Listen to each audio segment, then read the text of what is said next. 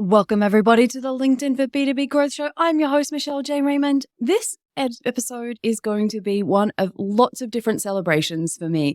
So listeners, this is my episode 100. That's right, 100 episodes of the LinkedIn for B2B Growth podcast.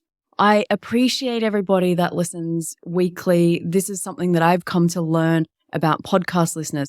You guys just cannot get enough knowledge, and I really appreciate your support and reaching out to connect with me on LinkedIn. So it's my way of saying thank you to everybody. Maybe you're a recent listener, maybe you've been doing it since the beginning. Boy, have we come a long way since then. But ultimately, this episode, I wanted to give back. It's my way of saying thank you. It is me answering all of those questions that people come to me and ask about LinkedIn company pages. Love them. Hate them. Either way, if you have a business, you need one. And why not have the best that you can have? This is what I say to everybody when I'm talking to them. You have two choices. You can roll out the red carpet when someone lands on your company page, or you can leave it as a ghost town. And think about it. What kind of impression does that create? I'll give you the handy tip. It's not a great one. So today's episode is the ultimate guide to improving your LinkedIn company page. And I am going to go through at least 10, maybe more, depending how quickly I talk and how much time things take. But I am going to share with you the answers to the top 10 questions that I always get asked by people wanting to work out the mysteries that are company pages. Now, first thing I want to do is just shout out a word of encouragement to anybody that is a company page admin. I know they're hard. It is getting more and more difficult to get results out of your page. And I know that the pressure is on. I'm seeing lots and lots of marketing teams have their budgets slashed. And I can only imagine that's, adding more and more pressure. Don't worry. I've got some solutions today that won't cost anything. And I think that you'll all enjoy. Now, the number one question, hands down, people, how do you grow a company page followers fast?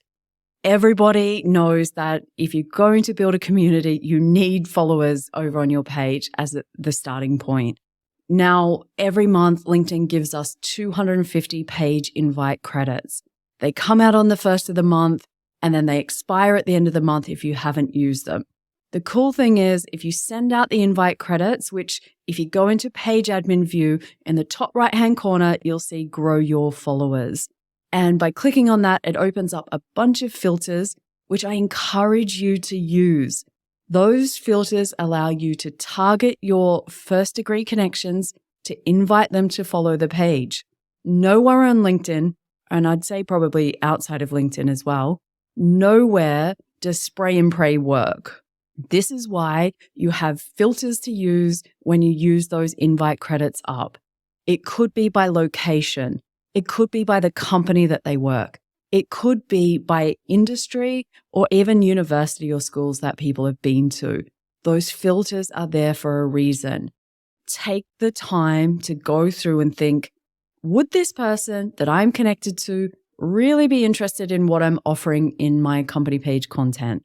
The answer for me back in the beginning was I wasn't quite sure. So I invited a lot of people. It was a brand new business. Now that I have my target audience much clearer in my mind, I spend painstakingly, it's not an easy process, it's a time-consuming process, selecting who I think will help.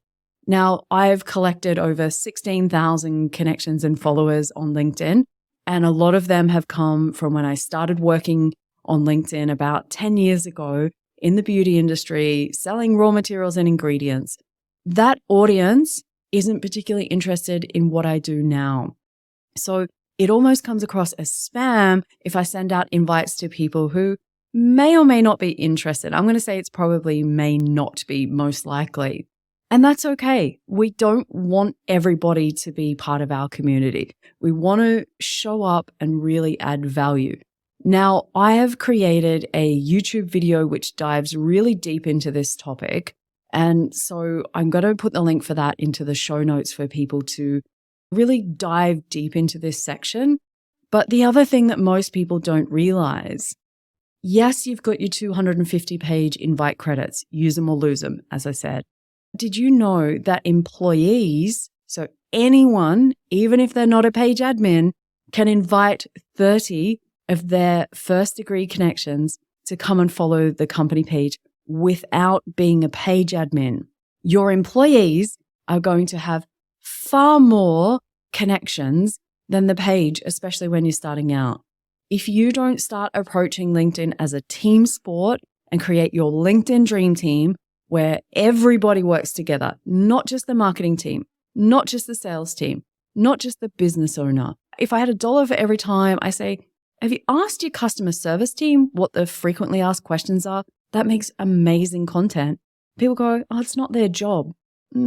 Pretty sure it's everybody's job to make the company successful. So to bring that culture together, to include people, get people in the room, get them excited, show what's in it for them, and they will help you. So you've got 30 invite credits per employee that they can also use every month. Once they have used them, they reset the next month. And this is something I'm going to put money on that most businesses are not utilizing this feature, which snuck in quite a while ago. But of course, LinkedIn doesn't tell you. It's up to me to share it with you guys. The other thing that I want to talk to people about is when you're growing these followers, yes, the numbers are going up on the company page. Yep, that's great. But I want you to have a process that also goes in and looks at those new followers and have someone in the business reach out and say, thank you for following the page. And ask a question. What interested you? Why did you accept? What are you working on? Maybe it's somebody that you know and you just want to thank them for the support. This isn't a place where we're just connecting followers, listeners. We're better than that. We have to do more than what our competition does. Okay, so use the invite credits. If you want to grow your page fast, give them a reason to follow the content. If you are just dumping stuff over on the company page or posting sporadically and you just kind of go, oh yeah, I'll dump that over there, or oh, that'll do, or I'll repost the company blog. You know what? You have to be smarter and work harder. And I'm not going to accept that from page admins anymore. It doesn't matter what size of business you have. Now, for those of you that have been listening to me for some time, you'll know I talk about the greatest hits library. If you can't keep up with the workload, I want you to just make sure that everything that you store on your company page is absolutely gold. Okay? Nothing more, nothing less. Just make it gold and give people a reason to come and follow the page. You will find that people will follow quality content. And I know that there's a lot of noise on LinkedIn about people follow people, trust people, but brands have access to so much information that individuals don't. So rather than coming at LinkedIn with a either or situation, I want you to look at it and say, how can we build a really strong company page that has a really strong brand attached to it that then supports our employees or ourselves, depending if you're a solopreneur. But say you've got a team, use your page to support your team. What goes around comes around. I've said that about 1,000 times in 100 episodes of this podcast. My nan taught me that lesson, and it is something that I think as a page admin, you need to have a look at it and say, if I want my colleagues to come and support me, how about I go and support them? And I'm going to go into that a little bit more in the episode. So keep listening in. The next question, we've grown our page followers and we move on to what is the best kind of content to put on the company page? That's the $1 million question. It's also the thing that I think people overthink. I think that's when page admins come onto LinkedIn and they start to think, oh, I know what I'm going to do. I'm going to be corporate, box myself in, throw away creativity, throw away doing anything that might be a little bit out of, the middle. Dare we stray off to the sides? And everything just starts looking the same. With the amount of AI content that is now on LinkedIn, don't even get me started on that. With the amount of AI content, what is going on is everything feels same. It is so hard to distinguish, especially with company pages, the difference between one company's content and the other. It is draining me. it is killing me some days that when I scroll, it is same, same, same, same. Now, the smart listeners who are here listening to this podcast, you're going to dare to be different. In fact, I am going to give you absolute permission to try different things. And you'll actually find that it doesn't have to be, I'm not asking you to go to the extremes. I'm just asking you to try something different. Now, the types of content that works. Add some kind of insight and value. Maybe you have done a lot of research that you can share bite-sized chunks, snackable content that people can consume in a fun way. Maybe it's time that your business tried LinkedIn Live events or hosting a LinkedIn audio room. Now, I'm a big fan of both of these. You won't get a better way to engage with your community than those two things. Now, having conversations with your community, having conversations with potential clients, people pay money to do that. And here we are, we've got these two amazing tools sitting on LinkedIn that if you create a great event and use up invites that you can use to bring people to those events, then you have got a captive audience. Here's the thing. Did you know across LinkedIn, you get 1,000 invites to events per week as an individual person? Now that means if your company has an event on, once you accept that event invite, you can then invite up to 1,000 people. That is nuts. That is free. And again, you've got filters so you can be targeted. Really think about it. Imagine we hear words like account-based marketing. That's where you target a particular company that you want to do business with or nurture those relationships.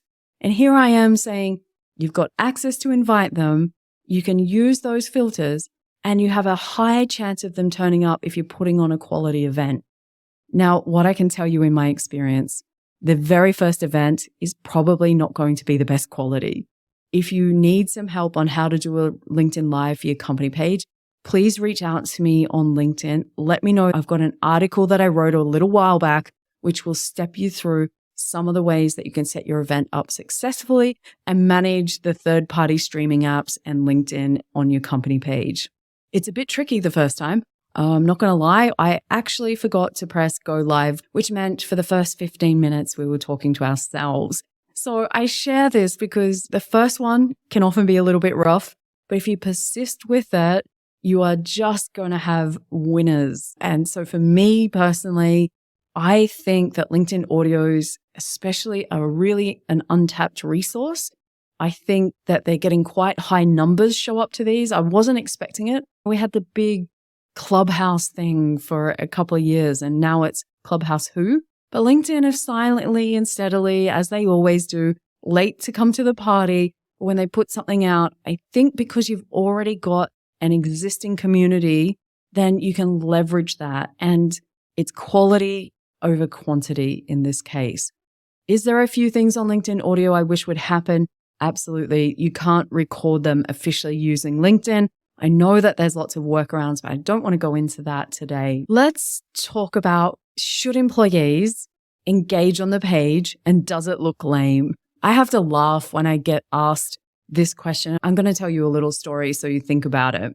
I want you to picture in your mind the last time that you went to a wedding and it was probably a really great day and you go to a wedding reception and there's some music playing and there's always a dance floor. And the music's pretty good and people are probably a little bit loose after a few drinks, but that dance floor stays empty. And it stays empty until the first person gets up because nobody wants to be the first person on a dance floor. But once the first person gets up, then what happens? Everybody else starts to join them. The same thing happens on company page content. You will find it even harder to get people to engage. So be the first people, make it one of your employees, one of your team, be first so that it creates a space for everybody else to join you on the dance floor, so to speak. Now, once you've got a few people up, you'll start to get other people engaged. One of the things that's going to happen here is you're going to come up against, it's not my job. Totally get it. Everybody's probably more busy now in their roles, having to do more with less time, and I understand where they may be coming from.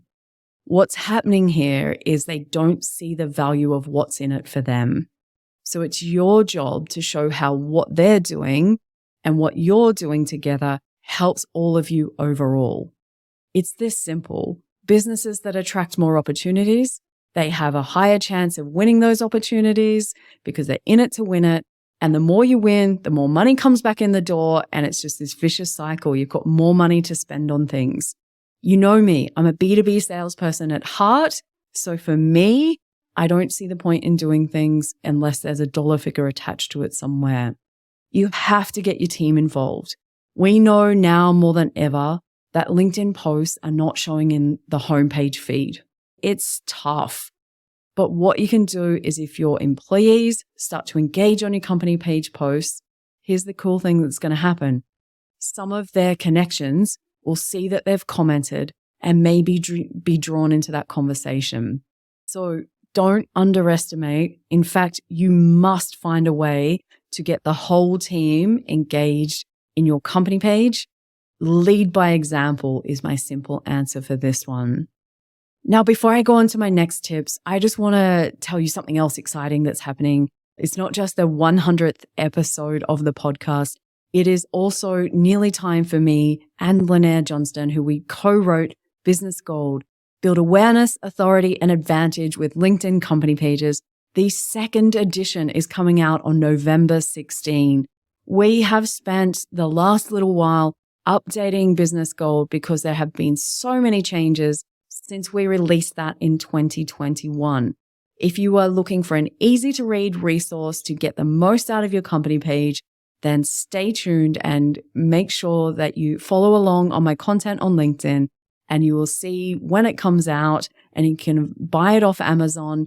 And honestly, it was absolutely mind-blowing to me just how much had changed in 2 years that we already had to go back and rewrite this book. So it's updated, new and improved, and really brings you up to speed with what's happening now. Now, I spoke about LinkedIn events. Do I recommend them for company pages? Absolutely. Best form of content. Use your invites up. And for me, they are just brilliant.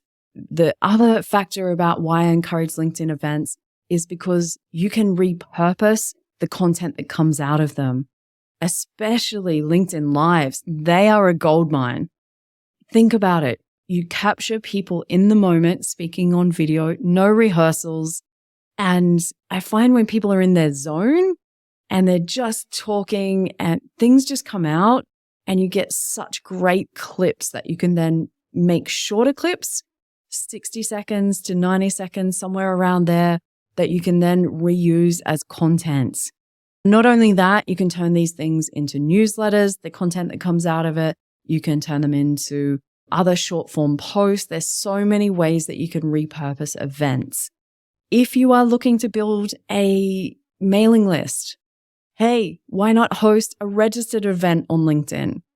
The fastest way I reckon that people can grow an email list is invite them to a registered company page events after they've given permission. That's the kicker. Wait for permission.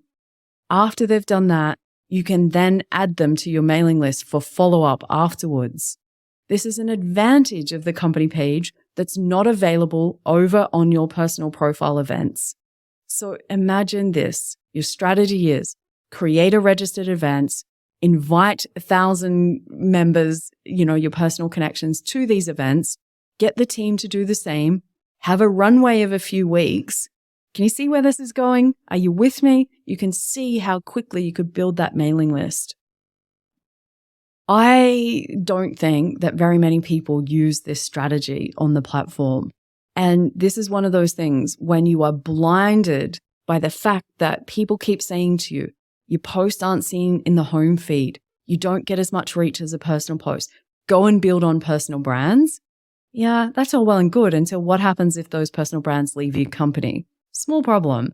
What happens if you need to replace that talent? You have an even bigger problem because you've now got a workplace that's the ghost town, like we spoke about before. Because as a company, it's not just ideal clients that you can use your company page for. You can use it to attract top talent.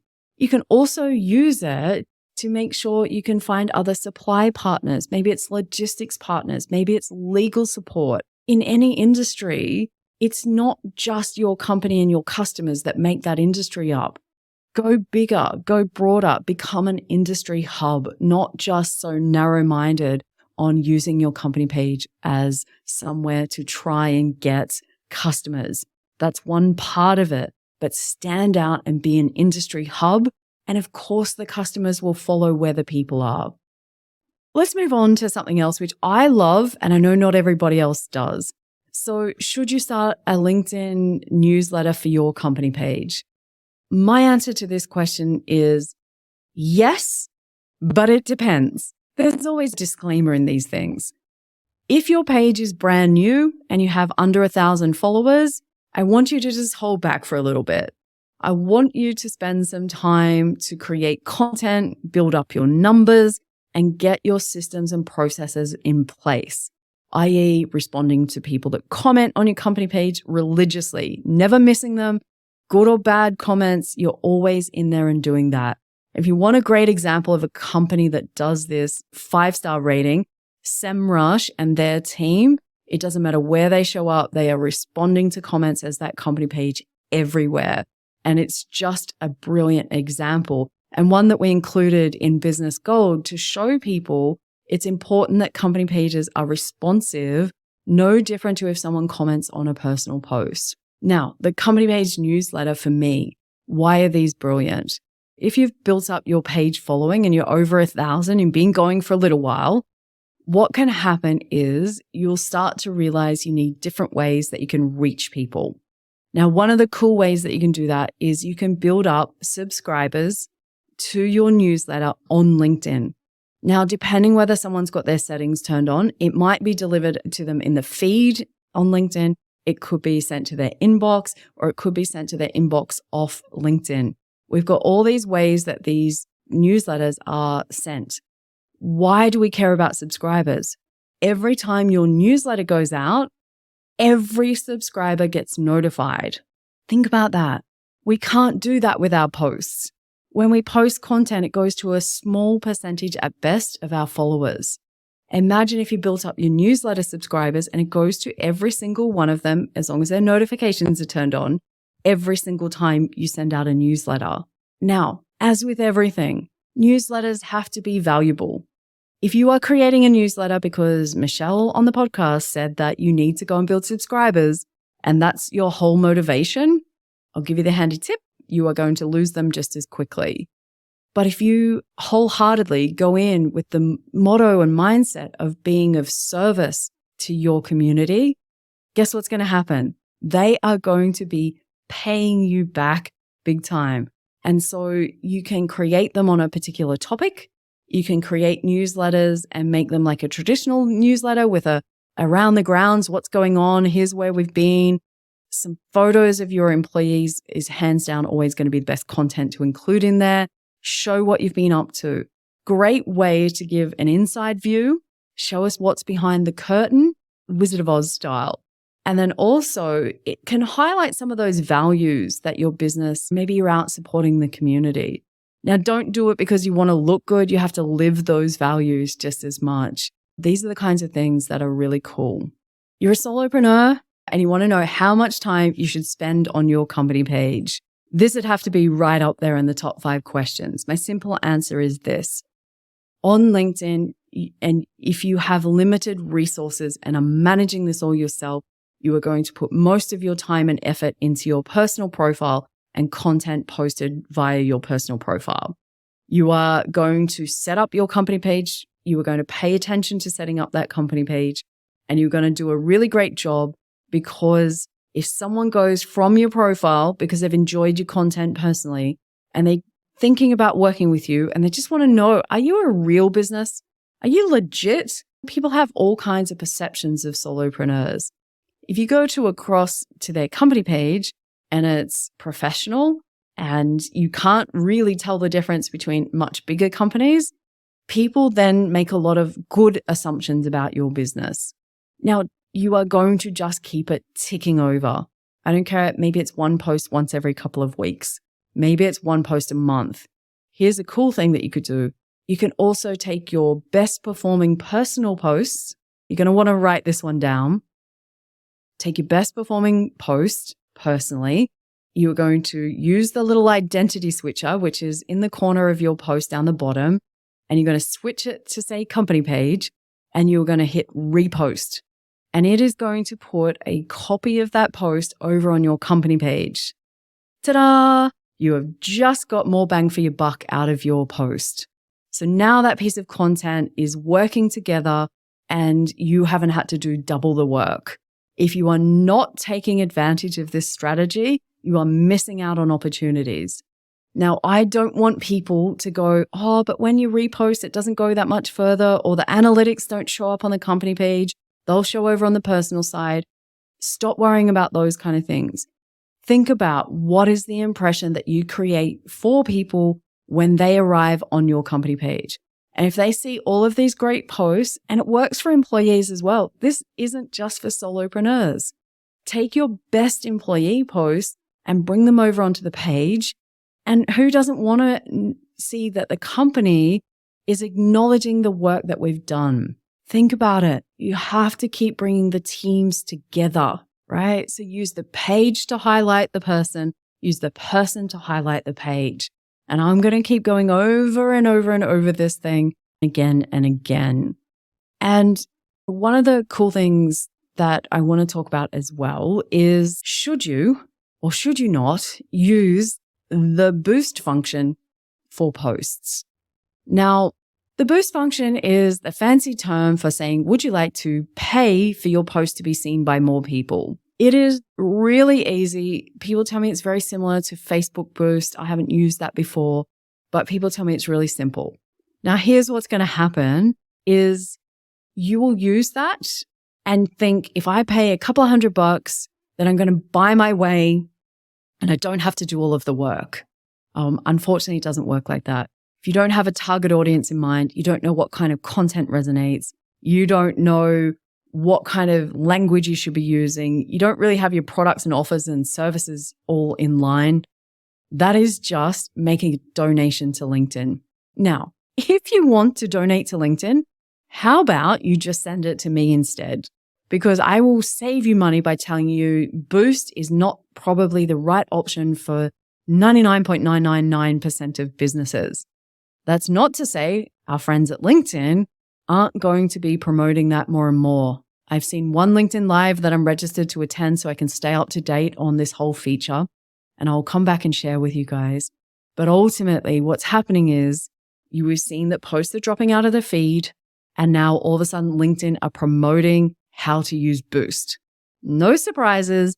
This is probably the first time in the last 2 years that I would actually say that LinkedIn for company pages has really moved onto that border, if not they're there, of pay to play, no longer organic reach, which I totally understand. They're not a charity. Like, LinkedIn is here to make money. But if you are someone that doesn't have money to spend on ads, and that's pretty much most people that I come across these days, or their ad budgets have been pulled back significantly, go back to events and go back to newsletters. Have a look at your strategies for those, and that is your workaround. If I was to say, should you use Boost, black or white, I would say no. If I asked my friend AJ Wilcox, who is a LinkedIn ad specialist, he would also say the same thing. And I think there's better ways. If you have a small amount of budget that you want to use on LinkedIn ads, I would go and use the thought leader ads, which are a new format. And what they are is the company page can pay to get an employee's post seen by more people.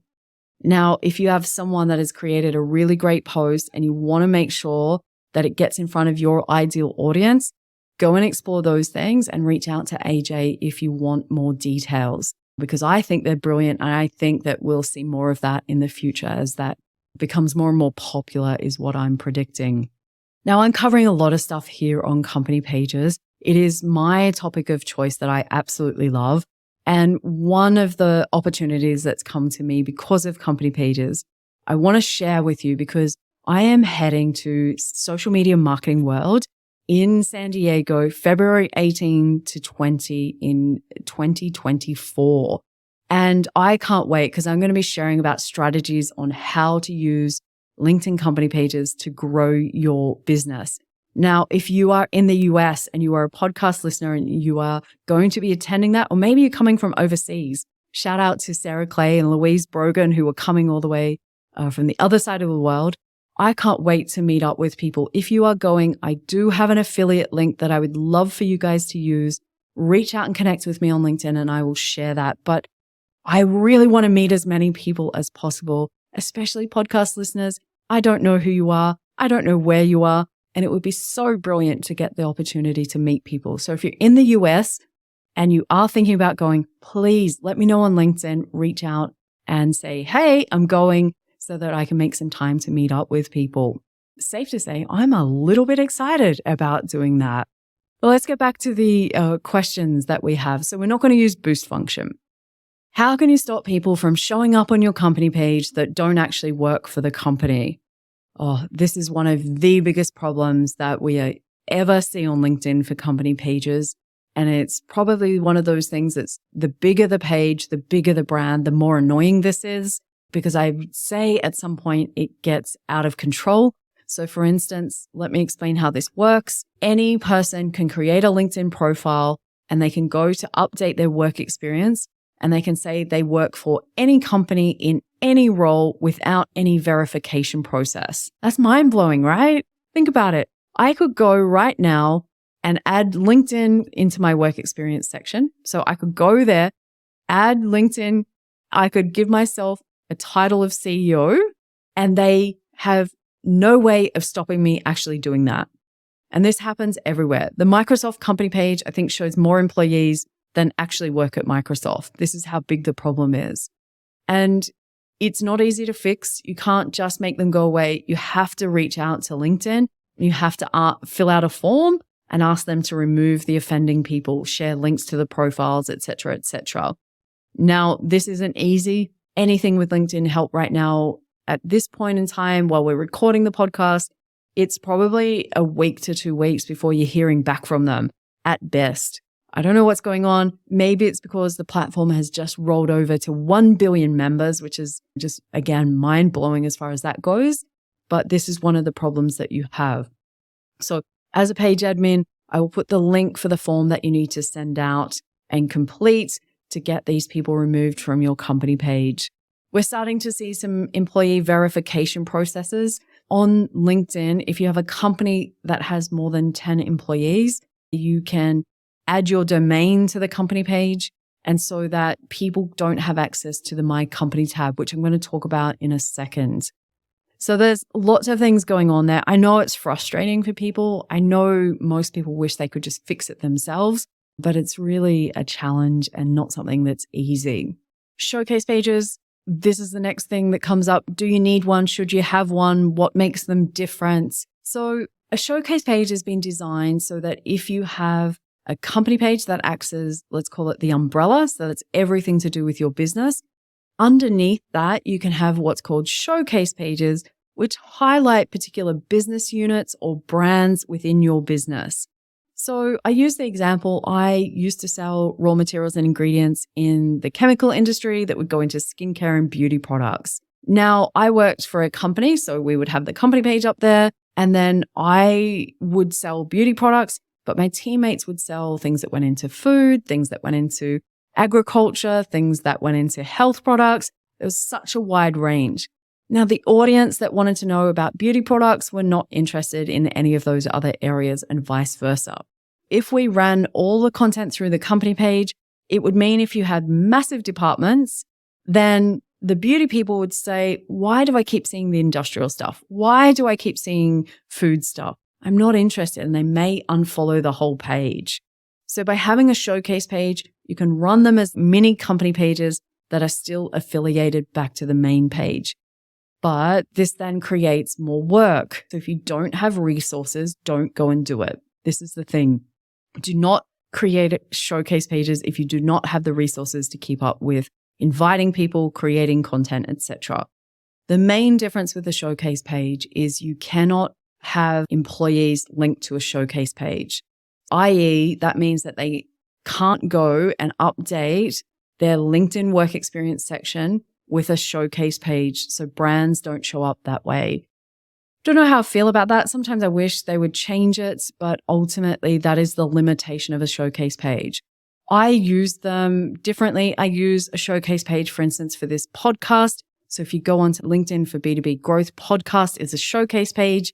I don't need to show employees for that. I just need to run separate content so that if I want to point someone in the direction of the podcast, everything's stored in one place. So showcase pages, for most people, you don't need them. Most people, it's going to be a bigger pain in the butt than is going to be useful. Unless you happen to be a big company, multinational, then showcase pages are definitely going to show up as valuable for you. My Company tab. We're coming into the last question here. We have made it. The My Company tab. Have you heard of it? Have you used it? You will only see it if you have over 10 employees. So it needs to be companies of a certain size. And if you're a small business, it doesn't apply to you. What is it? It's a space that is like your internal intranet. It's safe for only your employees on LinkedIn. And it's like an intranet where only your employees have a private space where you can recommend content that they could post. You can see what your colleagues are posting. You can see colleagues from maybe they live on the other side of the country. You can get to know these other colleagues easily, the other ones that are on LinkedIn. You can collaborate. You can see milestones. But the main thing is that I don't think people in business use this very well or at all. But my favorite thing is if you've got a marketing team that can create some content, you can post it in there like a library and recommend that to your employees. And when they hit the post button, it posts under their name, but it's not what we call a repost. It is literally comes across like it's just a personal post. So it's going to go further than if you hit the repost on LinkedIn. So it's a great place that everybody can come together. And again, creating LinkedIn dream teams is what I'm all about. You need to get everybody active and get the best out of them. So you'll find that you have people in your team that are happy to support other people, but have no intentions ever of creating their own content. So why not encourage everybody to come in here to this My Company space. If you've turned on the domain protection, that you can only come and join in there if somebody's LinkedIn login details matches the domain. So the business domain and their login are exactly the same. Otherwise, it blocks everyone out. So it's probably the only place that you've got some control over and stays private. Wow. We have just covered 10 questions of the most, I'm going to say they're frequently asked, but they're also what I would say the ultimate guide to improving your LinkedIn company page. I would talk about this all day. I know that podcast listeners, you have other things to do, and I appreciate that. So if you get stuck and there's a question that you want an answer to, which I haven't answered in today's session, I want you to remember that I also have a YouTube channel called @LinkedIn for B2B Growth, which you can go across there and listen to lots of how-to videos across LinkedIn and LinkedIn company pages. And I'm updating that more frequently. So if there's something I haven't covered here today, then please, by all means, go across to the YouTube channel and have a look there. Chances are it's sitting there. We've rounded out episode 100. I, again, just want to thank every listener that has supported me. Neil Velio, I just want to say thank you to you for your podcast audits that help me get better. I can't wait to keep doing this into 2024. It's not something that I ever thought I would enjoy as much as what I do, but I love helping other people grow their business and having amazing guests from around the world that give up their time, experts that share on their particular topics, which will help you. So I have a favor to ask.